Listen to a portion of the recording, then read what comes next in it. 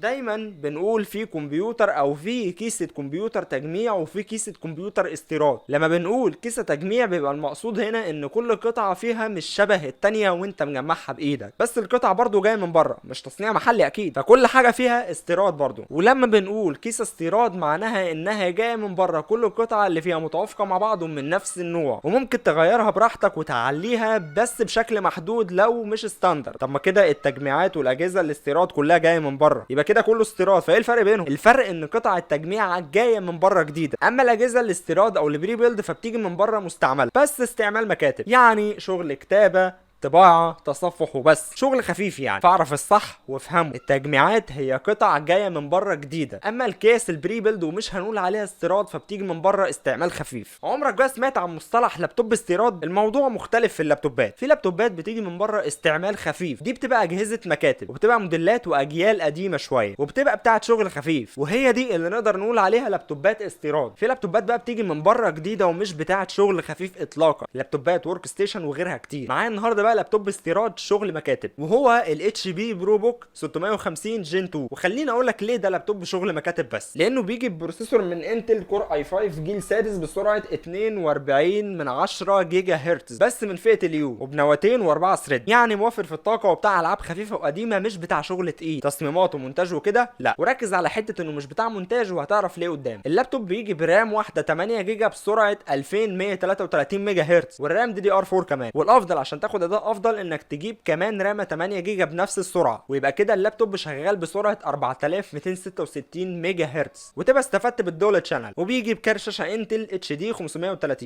وبيجي باس اس دي 256 جيجا او هارد عادي 500 جيجا. حاليا انا مشغل على الهارد العادي. الشاشه بتيجي بمقاس 5.6 من 10 بوصه فول اتش دي 1920 في 1080، وكاميرا 720 بي جودتها متواضعه نوعا ما. نيجي بقى لقلب اللابتوب من جوه. اللابتوب ده بيجي بمداخل ساتا 3 واللي سرعتها بتوصل ل 600 ميجا بايت في الثانيه، وفي كمان مدخل للام دوت 2 لو عايز تستخدم هارد عادي وواحد تاني ام دوت 2 في نفس الوقت مفيش مشكله. واللابتوب ده بيدعم التي بي ام 0.2 او 2.0 عشان لو حابب تثبت عليه ويندوز 11. اللابتوب بيجي بمدخل شاحن 65 واط، مدخل اس دي كارد كارت ميموري، ومدخل الدوك لو عايز توصل اللاب على جهاز معين بيحتاج المدخل ده، ومدخل الايثرنت. وبيجي بمدخلين يو اس بي من نوع يو اس بي 3، واحد منهم بيدعم الشحن وواحد منهم عادي، ومدخل ديسبلاي بورت، ومدخل تايب سي بيدعم الشحن والنقل، ومدخل 3.5 مللي للسماعات والمايك والاثنين في نفس المدخل. وعندك من الناحيه الثانيه سيد روم، وعندك من ورا مدخل الفيجا. واللي مخلي اللابتوب ده مناسب لشغل المكاتب اكتر انه بيجي بكيبورد كامل، النمبات موجوده كامله، واي زرار في الكيبورد العادي هتلاقيه موجود هنا. ضغطة الزراير ملهاش صوت وخفيفة جدا، وده هيبقى حلو لو بتكتب كتير.